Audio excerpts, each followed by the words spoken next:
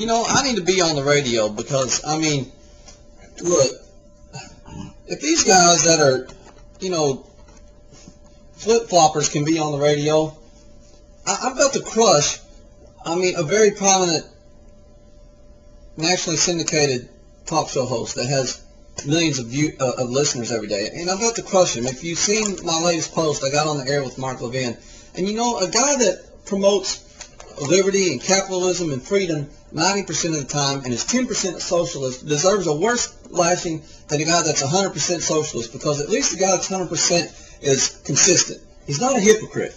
Mark Levin, you're a hypocrite. If you've seen my conversation with him, you should pause it and go through it with me, and I'm going to dispute him point by point by point. Of course, they all cut you off and don't let you get anything in edgewise when they see that you're actually making sense.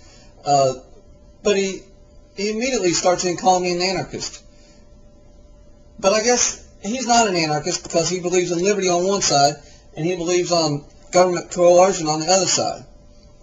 I'm for a principled, limited government on both sides, on economic issues and on social issues. I'm not an anarchist, just like he said.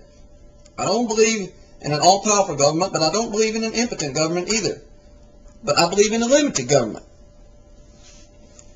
that does not include the right to infringe upon personal freedoms in order to enforce some type of moral code upon somebody.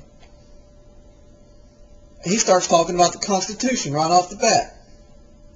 Well, where are the drug laws in the Constitution, Mark? Where are they? There are no drug laws in the Constitution. And he goes into Adam Smith's social standards. Last time he tried to talk about Milton Friedman. Milton Friedman? Are you kidding me, Mark? Milton Friedman writes a letter to the drug czar, Bill Bennett, saying, stop your unjust war on drugs. And you're going to parade out Milton Friedman as the guy that supposedly backs up your vision of using the strong arm of the government to impose your moral standards on the rest of the population? Give me a break. That's not even intellectually honest. That's intellectual bankruptcy right there. So this time he wants to go on Adam Smith's social standards. Now, Adam Smith did write that people were more or less good. He did say that when in a state of freedom, people would more or less do the right thing. They would help their fellow man. He did believe in social moral codes and the morality and the goodness of people in general. But this is an even further reason why Adam Smith and all these other guys that he's trying to flip their words around would never have supported the strong arm of the government, because they believe that people would do the right thing without the government.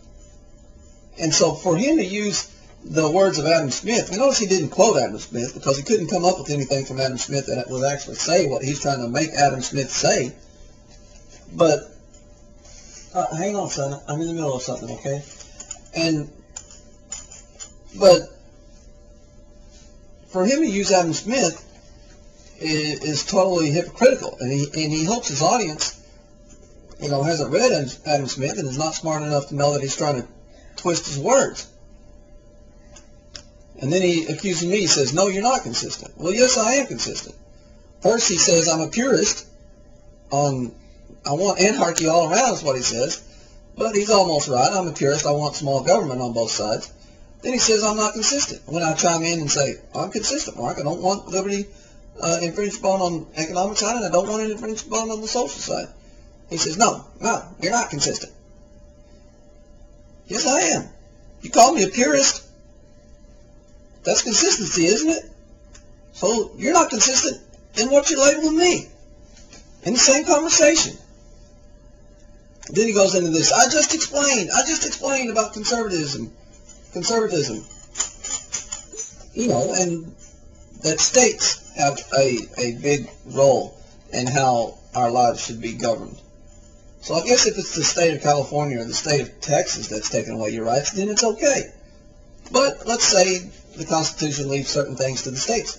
Well, then why the big federal bureaucracy of the Drug Enforcement Agency and the ATF and all these other drug fighting agencies? Why the big federal? There should not be one federal agency, according to what Mark Levin himself just said. There should not be one federal law about drugs? Because it's not addressed in the Constitution. If he wants to pull that out and say, well, the Constitution says what's not specifically enumerated in the Constitution should be left to the states. Well, then why are there any federal drug laws, Mark? Why is there federal prosecution for drug crimes? Why is there the DEA and all these other things? Oh, intellectually bankrupt. I'm telling you, I'm trampling all over this guy.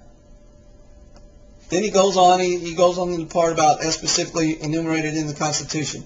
Then he goes on, and for some reason he's wanting to change the topic because he's not getting very far. He goes into how to change the Constitution. If you want to change the Constitution, we need supermajorities. And the Constitution wrote out in its own self how it could be amended.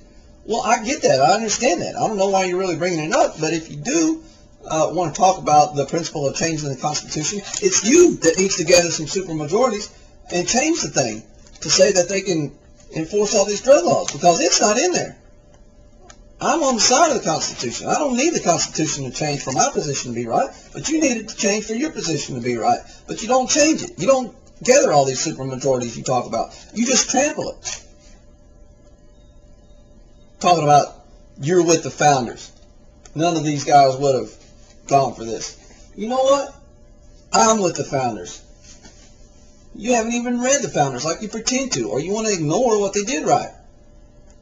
Thomas Jefferson said he'd rather deal with the problems attending to too much liberty than deal with the problems of not having enough. So where do you think he'd fall down on people's rights being violated?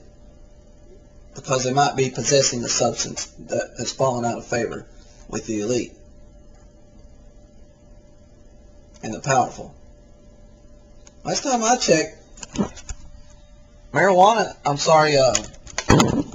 alcohol was a pretty destructive substance. Last time I checked, tobacco, as it's packaged to the American public currently, can be a pretty harmful product. I don't see any laws against that because it's in the favor of a lot of people. So they're imposing on the mass of the population what they as a few see fit. And it's the ultimate in socialism, collectivism, Marxism, Leninism, and coercion. It's coercion, plain and simple. And he's right. I am not about having everybody free to smoke cocaine, do crack cocaine, because I am with Adam Smith. I think that 95% of the people are good people. They will do what's right when left in a state of liberty. And Mark Levin is hypocritical because you know what? He will accuse the Obamas and the Clintons of, and I've heard him say it, I listen to his program regularly, they don't trust you. They don't trust you. They think that they know better for yourself than you know for yourself. Well, you know what? Back on you, Mark, because you don't trust people. You think you know better for people than they know for themselves.